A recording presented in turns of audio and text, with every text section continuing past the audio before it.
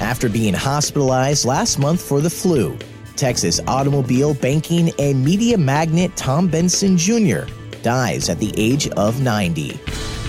Following 2 years of litigation, speculation, and financial gamesmanship, the nation's largest owner of radio stations, San Antonio-based iHeartMedia Incorporated, files for bankruptcy.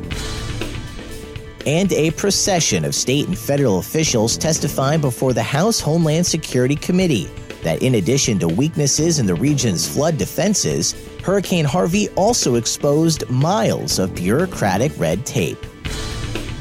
Good morning. Those are your headlines from ExpressNews.com.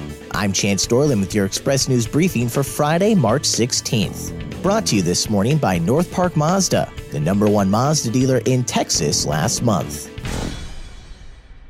Tom Benson Jr., the Texas automobile, banking, and media magnate who owned the New Orleans Saints and Pelicans franchises, died Thursday at the age of 90.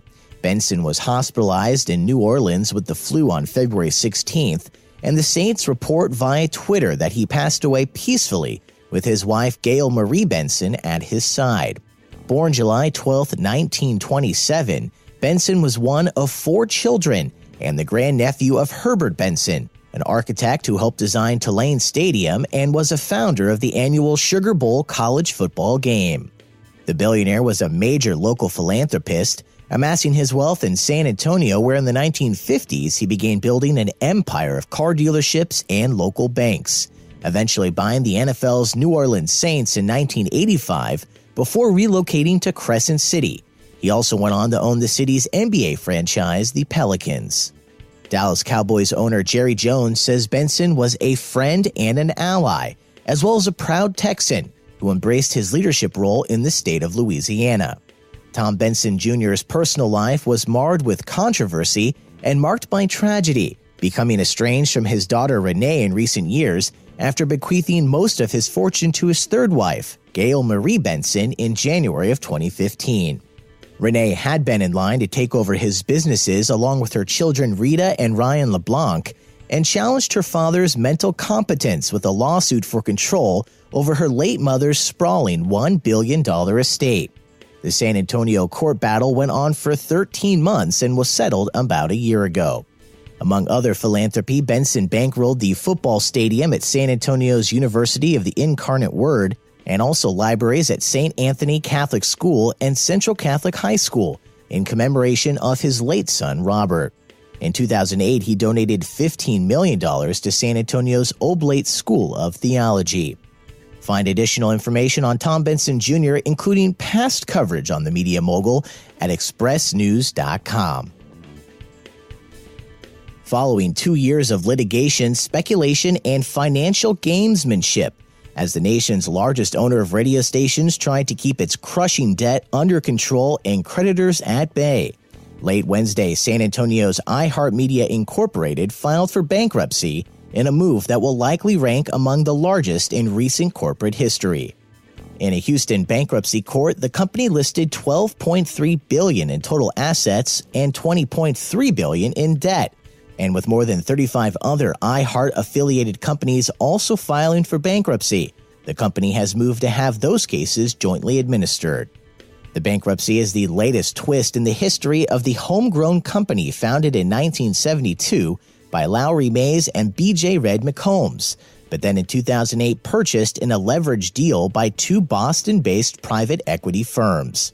The company's daunting repayment schedule became one of the country's largest corporate debt dilemmas after the buyout, when would-be profits were routinely swallowed up by debt payments over a strong string of quarterly losses, though analysts do say there was nothing wrong with the underlying business. iHeart owns more than 850 radio stations in 150 U.S. markets and also owns 90% of San Antonio billboard giant Clear Channel Outdoor Holdings.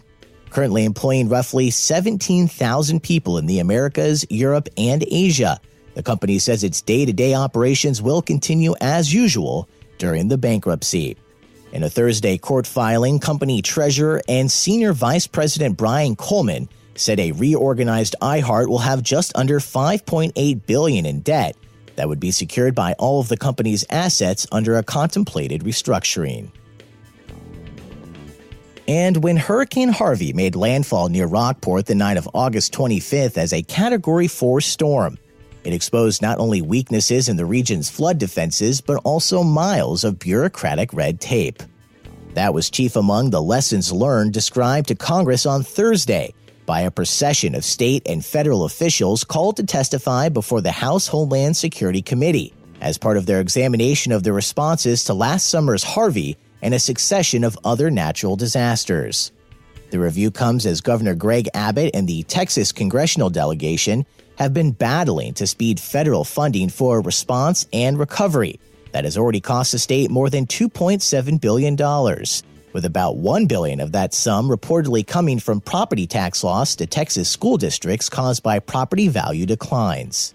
While Congress appropriated more than $100 billion toward hurricane relief, and an estimated economic impact from Harvey stands at $125 billion, state officials say only $13.3 billion has been provided directly to Texas.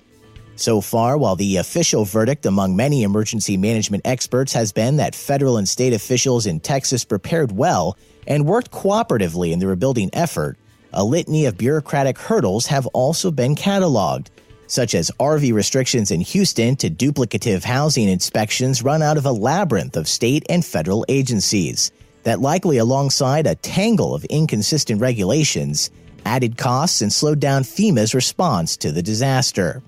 In his own review, FEMA Administrator Brock Long has also acknowledged a disaster survivor may be put in confusing situations, with up to 15 knocks landing on their door, ranging from FEMA to other government agencies as well as state governments and NGOs. Much of the current criticism of FEMA has centered on the slow recovery in Puerto Rico, where nearly 7 months after Hurricane Maria, about 10% of the population remains without power. And that's your Express Briefing for Friday, March 16th from expressnews.com. Brought to you this morning by North Park Mazda, the #1 Mazda dealer in Texas last month. I'm Chance Dorland.